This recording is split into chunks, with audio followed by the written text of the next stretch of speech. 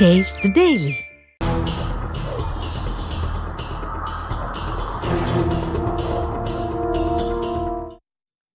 இன்றைய புதிய கோணம் பகுதியில் என்டிடிவி இணையதளத்தில் மூத்த பத்திரிகையாளர் திரு கே வி பிரசாத் எழுதியிருக்கக்கூடிய கட்டுரை திராவிட கட்சிகளுக்கு மாற்றாக எழுமா பாஜக அப்படின்னு தலைப்பிட்டு எழுதியிருக்கிறார்.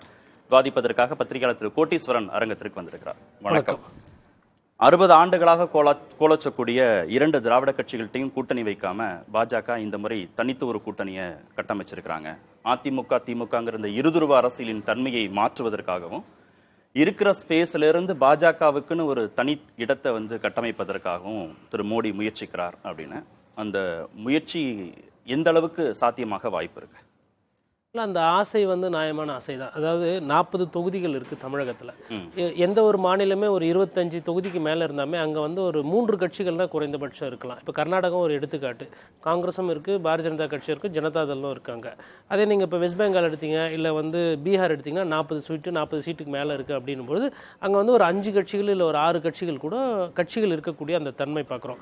அப்படி பார்க்கும்போது தமிழகம் ஒண்டி தான் பார்த்தீங்கன்னா வெறும் 2 திராவிட கட்சிகள் தான் மேலும் ஒரு உச்சக்கட்டத்தில் இருக்கிறாங்க. மிச்சம் அங்கே மாநில கட்சிகளை மீறி தேசிய கட்சிகள் அங்கே வழி இல்லை. அப்படி இருக்கும்போது பாரதிய ஜனதா கட்சி என்ன நினைக்கிறாங்க, கட்சிகளுக்கும் வழி இல்லை. ஆமாம், மற்ற மாநில கட்சிகளுக்கும் வழி இல்லை. அப்போ பாரதிய ஜனதா கட்சி என்ன நினைக்கிறாங்கன்னா, நம்ம ஏன் இந்த 40 தொகுதியில் நம்ம சொந்தமாக நிற்கக்கூடாது, நமக்குன்னு ஒரு 4-5 சீட்டு இங்கே இருந்தால் நல்லா தானே இருக்கும். குறிப்பாக தென்னிந்தியாவில் நமக்கு வாக்குகளோ இல்லை சீட்டுகள் எண்ணிக்கை ரொம்ப கம்மியாக இருக்குது அப்படின்னும் போது அந்த ஆசை நியாயமான ஆசை. பட் அதுக்கு உண்டான முயற்சிகள் அவங்க பல வருடமாக எடுக்கிறாங்க, 10 வருஷமாக எடுத்துக்கிட்டு இருக்காங்க. அது இன்னும் அவங்களுக்கு ஒரு நல்ல முடிவு இன்னும் கொடுக்கல. பட் அந்த முயற்சியில் ஒரு கரெக்டான முயற்சி தான் அது. பல வருஷமாக அந்த முயற்சி எடுக்கிறாங்க.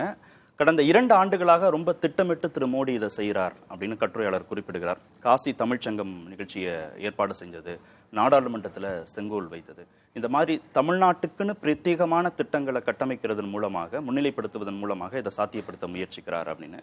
இது கை கொடுக்குமா பாஜகவுக்கு? அதாவது இப்போ அது ரொம்ப துல்லியமான கேள்வி. திட்டங்களை பொறுத்தவரையிலும் பார்த்தீங்கன்னா நீங்கள் தமிழகத்துக்குன்னு தனிப்பட்ட முறையில் செய்ய முடியாது, அதுவும் செய்யவும் கூடல. ஆனால் அவங்க கலாச்சார ரீதியாக என்ன சொல்கிறாங்க, தமிழ் நான் படிக்கலை, எனக்கு அது வருத்தமாக இருக்குது, நான் தமிழன் இல்லைன்றது எனக்கு ஒரு மனசு சங்கடமாக இருக்குது. அதேமாதிரி ஜி ஜின்பிங் சைனா அதிபர் வந்தப்போ கூட மகாபலிபுரத்தில் வேட்டி சட்டையோடு போனதை நம்ம பார்த்தோம்.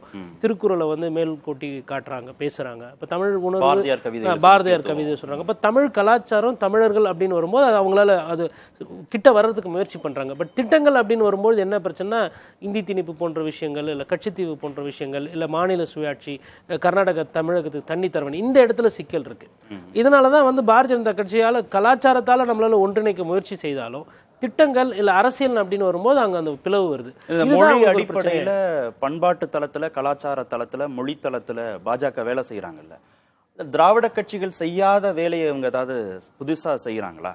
இல்லை, திராவிட கட்சிகள் அதில் ஒரு படி மேலேயே செஞ்சுட்டாங்க. இப்போ மொழி போராட்டமாகட்டும், தியாகிகள் உயிர் போனதாகட்டும், இல்லை தமிழ் இலக்கியத்துக்கு உண்டான அந்த ஒரு தனி டிபார்ட்மெண்ட்டே வைத்து இந்த புலவர்களை கூப்பிட்டு பாராட்டுறது, போயிட்டு எழுதுறவங்கள, இலக்கிய பேராசிரியர்கள், அந்த உணர்வு என்பது தமிழக அரசியலில் அது அதிமுக காலத்திலையும் இருந்தது, திமுக காலத்தில் அதிகமாக செய்யலை. அங்க ஒரு ஸ்பேஸ் இருக்கு மொழி தளத்துல, பண்பாட்டு தளத்துல, கலாச்சார தளத்துல, அதை பாஜக பயன்படுத்துது அப்படின்னு ஏதாவது ஒரு இடம் விட்டு வச்சிருக்காங்களா? இல்ல, விட்டு வைக்கல. இருந்தாலும் நீங்க அதை பண்ணி தானே நீங்க ஆட்சியில் இருக்கீங்க. நீங்க தமிழ்னு பேசி தமிழர்களுக்கு அதை செஞ்சோம் இதை செஞ்சோன்னு சொல்லிட்டு வாயிலே நிறைய விஷயம் சொல்லிட்டு தானே நீங்க வந்திருக்கீங்க.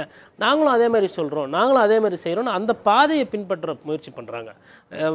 எதுவும் விடலை. இப்போ திருவள்ளூருக்கு அவ்வளோ பெரிய செலவு வச்சிருக்கிறாங்க. இப்போ அது என்ன, அது தமிழ் இது நாங்கள் அடையாளம், ஒரு இச்சை அதிகமாக வைத்திருக்கிறோம், இதுதான் திராவிட சித்தாந்தம்ன்றது சொல்றது தான் ஒரு அடையாள குறியீடு. அதே மாதிரி விஷயத்த நாளைக்கு பாரதிய ஜனதா கட்சி செய்யறதுக்கு முயற்சி பண்ணும். ஆனால் அது ஓரளவுக்கு தான் அது ஒரு ஹெல்ப் பண்ணும்.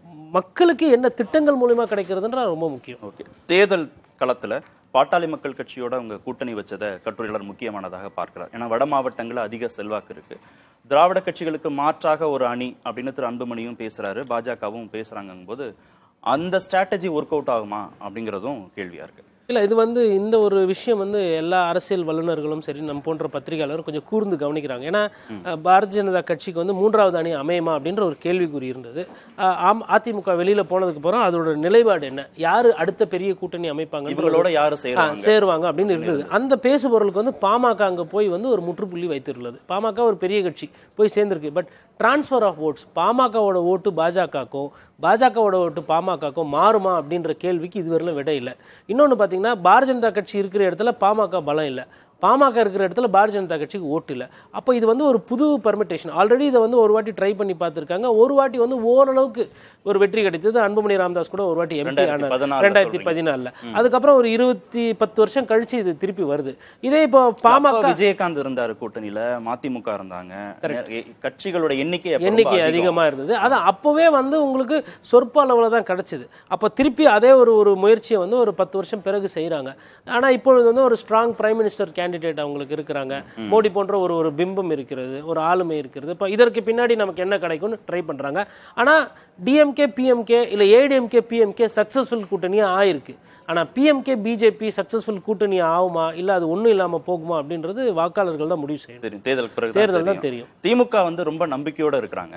3 விஷயங்களை கட்டுரையாளர் குறிப்பிடுகிறார். என்னன்னா, ஏற்கனவே ஆட்சி நிர்வாகத்துல கொடுத்த வாக்குறுதிகளை செஞ்சது, மகளிர் உரிமை தொகையை சாத்தியப்படுத்தி இருக்கிறது, வலுவான கூட்டணியை கட்டமைச்சிருக்கிறதுனால திரு ஸ்டாலின் ரொம்ப உறுதியா இருக்கிறாரு, களம் வந்து நமக்கானதுன்னு நம்புறாரு அப்படின்னு.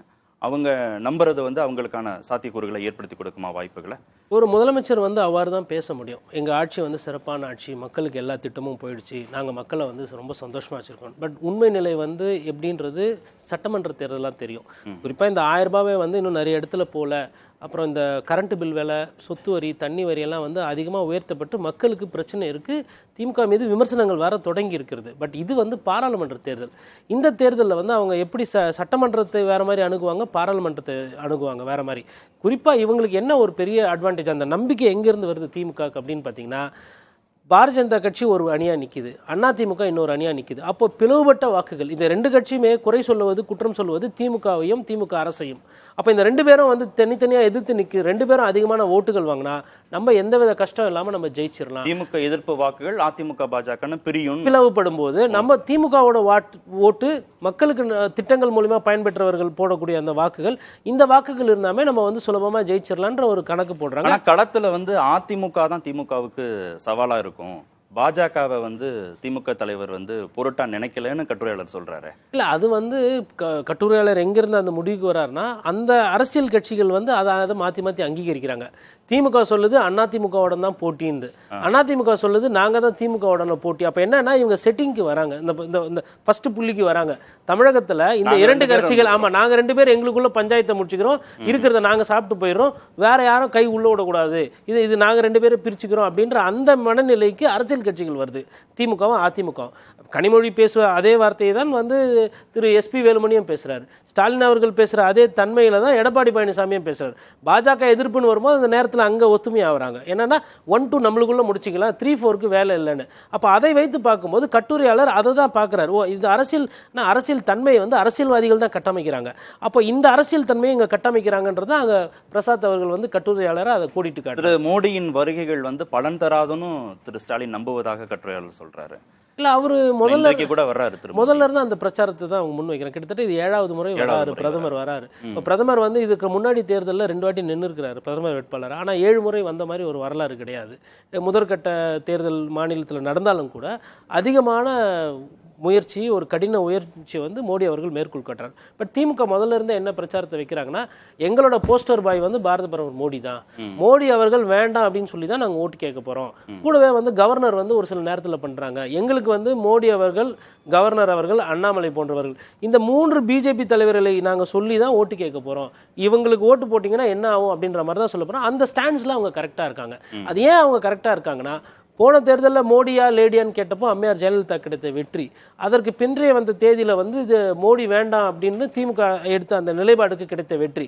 அப்போ 2 வாட்டியும் இந்த ஸ்லோகனை சொல்லும்போது, இந்த கோரிக்கையை மக்கள்கிட்ட வைக்கும்போது வெற்றி கிடைக்குதுன்னும் போது அதே ஸ்லோகனை அழுத்தமாக பிடிச்சிக்குவோம், மோடி வேண்டாம் எங்களுக்கு. சரி, அப்போ இபிஎஸ் வந்து 2026 தேர்தலுக்கான முன்னோட்டமாக 2024 பார்க்கிறாருன்னா அவருக்குன்னு ஒரு வியூகம் இருக்கும் அப்படின்னு கட்டுரையாளர் சொல்றாரு. அந்த அளவுக்கு அவருக்கு முக்கியம் இல்லை இந்த தேர்தல். இல்லை, இந்த அவரோட வியூகம் வந்து கரெக்டானது தான். அதாவது முக்கியத்துவம் தான் இருக்குது. அவர் வந்து 2026 பார்த்துக்கலாம் அப்படின்னு சொல்லிட்டு தான் அவங்க வந்து பிஜேபியை விட்டு விலகி போயிருக்காங்க, எல்லாமே பண்ணியிருக்காங்க. பட் ஆனால் எந்த அளவுக்கு அவங்க முக்கியத்துவம் கொடுத்துருக்காங்க அப்படின்றது வந்து இந்த தேர்தலுக்கு வந்து நமக்கு ஜூன் 4 தெரியும். இது ஏன்னா ஆல்ரெடி அதிமுக மீது விமர்சனம் வர ஆரம்பித்து விட்டது. சரியான வேட்பாளர்கள் போடல, பாரதிய ஜனதா புதுமுக வேட்பாளர்கள் போட்டிருக்காங்க. அதே மாதிரி பிரச்சாரம் வந்து அந்த அளவுக்கு சரியில்லை, ஒரு சில இடத்துல வந்து அதிமுக 3வது இடத்துக்கு தள்ளப்படுமோ அப்படின்றதுல இந்த மாதிரி ஒரு பேசுபொருள் அதிமுக மீது வந்ததே கிடையாது. ஏன்னா திமுக அதிமுகங்கிற இருதொரு அரசியல கட்டமைச்சுக்கணும், தக்க வச்சுக்கணும்னா திரு இபிஎஸ் அதற்கான முனைப்போட செயல்பட வேண்டிய தேவை இருக்குல்ல இந்த தேர்தல்ல. கண்டிப்பா தேவை இருக்கு. ஆனா அவங்களோட அந்த போக்கு, அந்த பிரச்சாரம் வந்து அந்த தீவிரத்தன்மையை அடையவில்லை. இது பண்ணும்பொழுது என்ன ஆகுதுன்னா, களத்துல வந்து ஒரு சில நேரத்தில் என்ன சொல்லிடுறாங்கன்னா, பிஜேபி செகண்ட் வந்துடலாம், இல்ல பிஜேபி ஜெயிக்கலான்ற மாதிரி வருது. அது அதிமுகவுக்கு அது ஒரு நற்செய்தி அல்ல. ஏன்னா அடுத்த 2.5 வருஷத்துக்கு திமுக கட்சி ஆட்சியில் இருக்கிற காரணத்தினால் அங்க எந்த பிரச்சனையும் இல்லாம அது 2.5 வருஷம் ஓட்டிரும், ப்ராப்ளம் கிடையாது. ஆனா உண்மையான பிரச்சனை வாக்கு விகிதாச்சாரம் சரிந்துச்சுன்னா அதிமுகவுக்கு தான். அப்ப அதிமுக இருக்கிறவங்க என்ன பண்ணுவாங்க, மேபி பிஜேபிக்கு போவாங்க, இல்ல திமுகவுக்கு போவாங்க, இல்லைன்னா வந்து சோர்வடைந்து வீட்டிலே உட்காந்துருவாங்க. வெற்றி தோல்வி தாண்டி அதிமுகவுக்கு வாக்கு விகிதாச்சாரத்தை உயர்த்துறதுக்கும் இல்ல குறைந்தபட்ச ஒரு நாகரிகமான ஒரு எண்ணிக்கையை மெயின்டைன் பண்றதுக்கு இந்த தேர்தல் வந்து ரொம்ப ரொம்ப முக்கியம். ஓகே, நன்றி நிகழ்ச்சியில் பங்கேற்றதற்கு.